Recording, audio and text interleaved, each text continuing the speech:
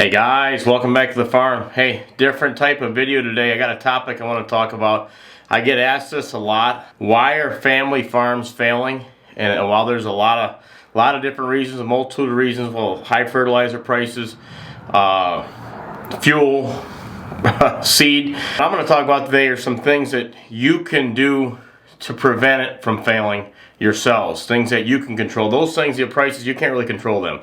You got to buy the seed, you got to buy the fuel. So first and foremost is overspending and trying to keep up with the neighbors. This is something that happens all the time. You know, don't pay on equipment. That's been our rule of thumb. Don't ever pay on equipment because there's so much equipment out there. Someone in the farm has got to take time to learn what stuff costs and how much it costs. Learn the used market. And once you do that, you'll never have to pay on anything again. Like I said, been in business 70 years. And we just recently bought our first discbine last year. So if you're farming and starting out, look at us. We just finally bought a new discbine after 70 years. And you can work on things, learn the prices. Number two, divorce.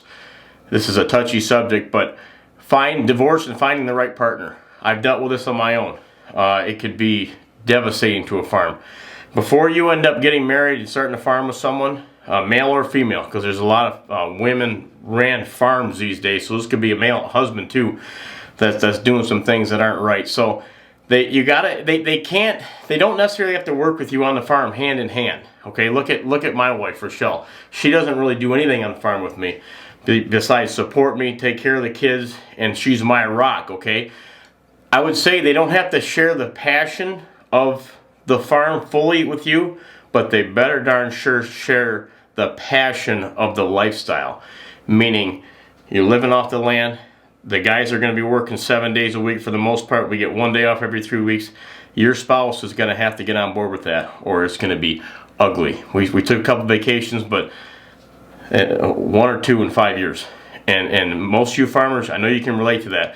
To get a man or a woman on board with that is very hard, but if you can find the right one, you can flourish. Number three, bad communication between family members, father.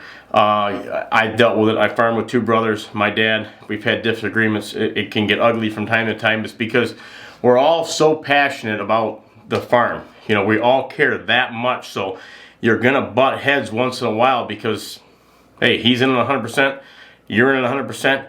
Look out. But when you get in a disagreement, one thing I've learned and we've always done here on our farm is if it happens, you've got to just get it out, get the dispute out, agree to disagree if you have to, and don't bring it up again. If you keep bringing it up down the road, then you're the problem, and you are going to leave. And another thing is, no one is above the farm. The farm is like the family. The farm represents the whole family. If you think you're bigger and better than the family, then you're going to get left behind. And that's how it was always stated on our farm, and we're making it work because we're all pitching in. Because if the farm works, the family works. The farm fails, there's going to be an issue with the family. It's a bad deal. Number 4, no future generation coming up, and maybe not enough help. So there's a farm down the road from us, very, very big crop farm. They got a lot going on, nice new John Deere equipment. They're very, very, built a heck of a farm in the last 30, 40 years. No kids. Sometimes that happens, but if you want that farm to go on, and if you're listening to this and you're an employee and you're not working, you're not blood on a farm, I've seen farms getting taken over by the right employees because the owners want to see that farm carry on. Okay, I've seen just last year a nephew got asked to take into the farm, his 2 uncles' farm, the dairy farm on the west side of Michigan. So it can happen. If you don't have your own kids and you want that to go on, keep prospecting. Always be looking for the next best employee if you can, because, you know, hey, labor's tough, it's short, especially on farms, but in the end, it doesn't have to be a family member to take that farm over. They can work their way in, they can buy their way in. Look at my nephew now. He's coming up, he's 21. That's my sister's son, and he's going to have the same, I made him the same promise. You work your butt off, and you'll be a partner in the farms. Number 5, fifth and final one to get out of here, probably the most egregious one I think everybody relate to, maybe the most common.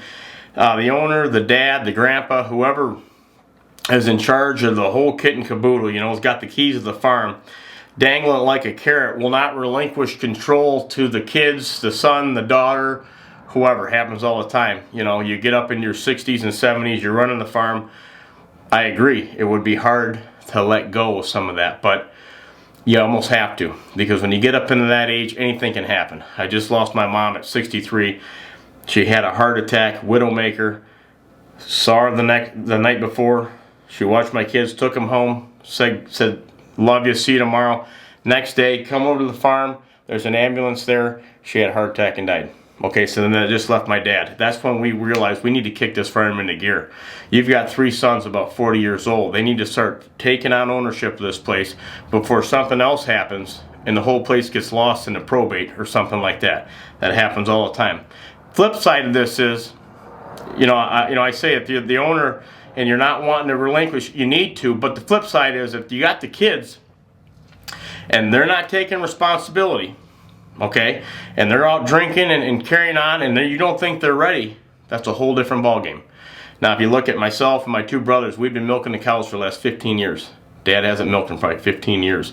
That's 15, been here 20, and now we're taking ownership. It takes a long time, but the sooner you start taking responsibility, like my nephew Lonnie, he's 21, he'll be ahead of us. The sooner you start showing the initiative and saying, look, I need to learn this, I want to learn, because farming is not just about doing the work. A successful farmer is a businessman. They know the equipment, they know the prices, they got the right tax man in place, okay, and they're living right, and they're taking care of the pieces in place. They're checking on the employees. That's how a family farm can function and prosper. But if you're screwing off and you're not wanting to learn, they're not going to give you the keys to the farm. You're not ready, and you may not ever be ready. It happens. I know there's times that the dad doesn't want to give it up, but there's plenty of times where I know there's a couple farms here in Brown City. There's one in North Branch where the sons took over. They're about my age, and the whole place went to heck. So you got to be very careful. So that's why that 5th and final one is extremely touchy.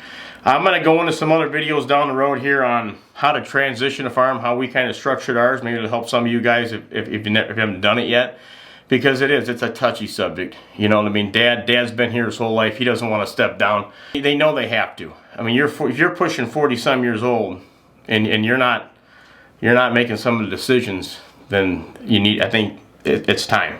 It's time. You're not a kid anymore. Okay, and I've got some other things I want to go over, but if you liked the video, give me a thumbs up and subscribe to the channel, and take care, everybody. God bless.